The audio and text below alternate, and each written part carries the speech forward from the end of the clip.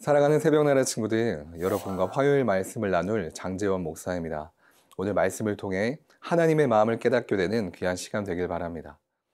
떨림이라는 단어를 들으면 어떤 생각이 드시나요? 공간이 떨린다. 지진에 이상이 있어서 위험한 상태일 수 있습니다. 손이 떨린다. 건강에 이상이 있거나 심리적인 문제가 있는 것이죠. 목소리가 떨린다. 긴장을 했거나 익숙하지 않은 상황에 놓여 있는 것 같습니다. 모두 부정적인 의미인데요. 그렇다면 이것은 어떨까요? 마음이 떨린다. 두렵고 떨리는 마음으로 이 역시도 부정적일 수 있지만 마음의 설레임이라는 감정과 함께 본다면 부정적인 느낌만은 아닌 것 같습니다. 단 한 번뿐인 결혼식장에 신랑과 신부로 섰을 때 그 마음은 어떠할까요? 벅찬 감정 가운데 기분 좋은 마음에 떨림이 있겠죠. 그렇다면 주님을 떠올릴 때에 우리의 마음 상태는 어떠한가요? 오늘 말씀의 제목은 신부로 살기입니다. 오늘의 말씀은 시편 45편 1절에서 17절입니다. 내가 왕을 위해 아름다운 시를 읊조리게 되니 마음이 떨리지 않을 수 없습니다. 내 혀는 능숙한 작가의 붓입니다. 왕은 사람이 낳은 이 가운데 가장 아름다운 분입니다. 왕의 입술 안으로 은혜가 쏟아졌으니 하나님께서 왕에게 영원한 복을 주셨습니다. 오 지극히 강하신 이여, 왕의 칼을 옆에 차고 영화와 위엄으로 옷 입으소서. 왕은 진리와 겸손과 의를 위해 위엄 있게 말을 타고 당당히 나가소서. 왕의 오른손이 두려운 일들을 가르쳐 줄 것입니다. 왕의 화살이 날카로워 왕의 적들의 심장을 뚫으니 그들이 왕의 발 아래 쓰러집니다. 오 하나님이여, 주의 옥좌는 영원할 것이며 주의 나라의 규는 공의의 규가 될 것입니다. 왕이 의를 사랑하고 악을 싫어하니 하나님께서 왕에게 기쁨의 기름을 부어 왕의 동료들 위해 세우셨습니다. 왕의 모든 옷에서 모략과 알로에와 계피 향이 나며 상아궁에서 흘러나오는 현악 소리가 왕을 기쁘게 합니다.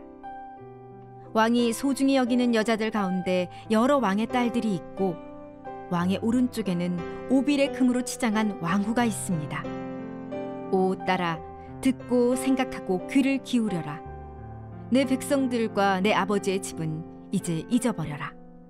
그리하면 왕이 내 아름다움에 흐뭇해하실 것이다. 그분이 내 주인이시니 너는 왕께 경배하여라. 두로의 딸이 선물을 들고 올 것이요, 부유한 백성들도 내 은총을 구할 것이다.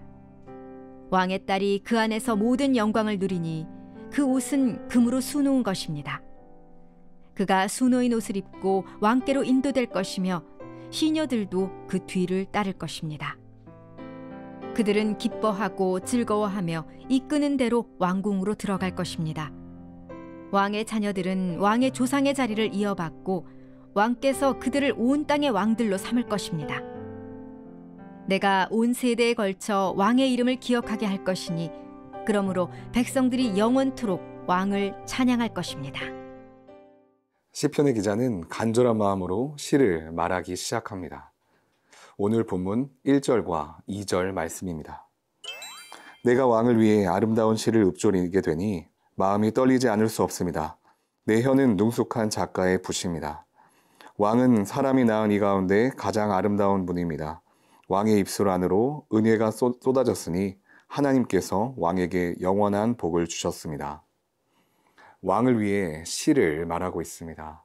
너무나 위대하고 높은 왕이시니 마음의 떨림을 주체할 수 없습니다. 시편 기자 자신의 입술로 그를 찬양하지만 특별히 왕의 입술에서는 은혜가 쏟아져 나온다고 선포합니다. 그에게는 영원한 복이 있다고 선포합니다.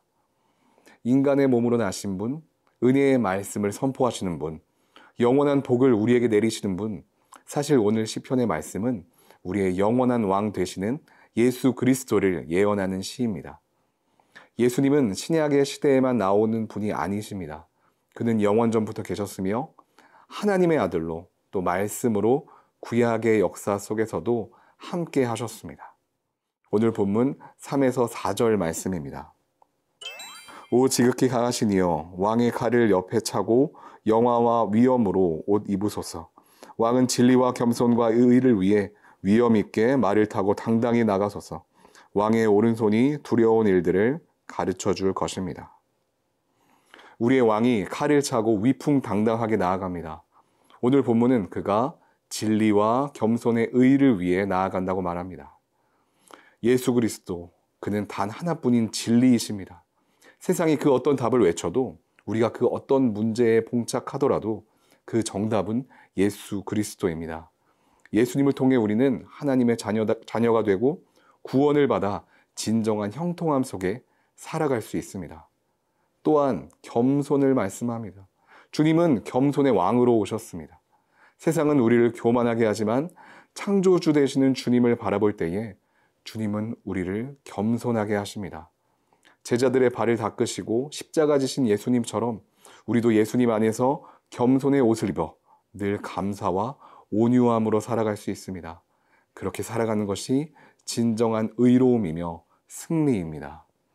사랑하는 새벽나라 친구들, 예수 그리스도 안에서 진리와 겸손과 의로움으로 당당히 살아가시기를 바랍니다. 오늘의 말씀을 떨리는 마음으로 묵상하며 나를 내려놓고 예수 그리스도를 나타내는 세나 친구들 되기를 바랍니다.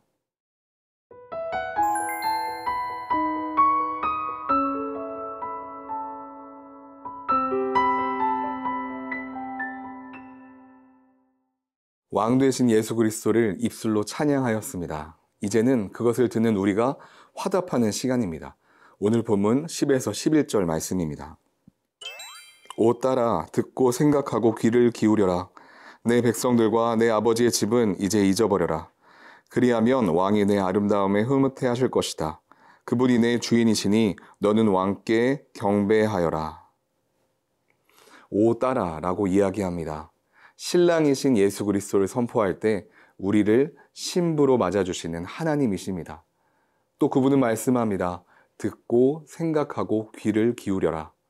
우리의 왕 되시는 예수 그리스도의 아름다움을 듣고 그 위엄을 묵상하고 그 말씀을 귀 기울이라는 것입니다.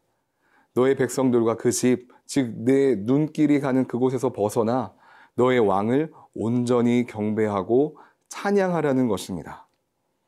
우리는 그 무엇보다 먼저 주님께 집중하는 예배자가 되어야 합니다. 주님은 우리를 지으신 목적이 하나님을 찬송하기 위함이라고 말씀하셨습니다. 왕 되신 예수 그리스도를 경배함에 있어서 우리를 막고 있는 것이 무엇입니까? 우리의 믿음이 약한 것일까요? 우리의 죄가 너무나 큰가요? 우리의 바람은 가장 먼저 예수 그리스도 그 자체가 되어야 합니다.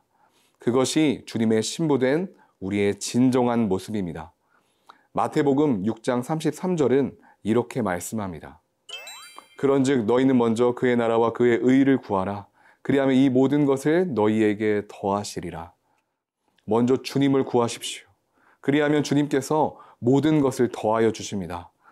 천지의 창조주 되시는 하나님이 우리의 아버지 되시기 때문입니다.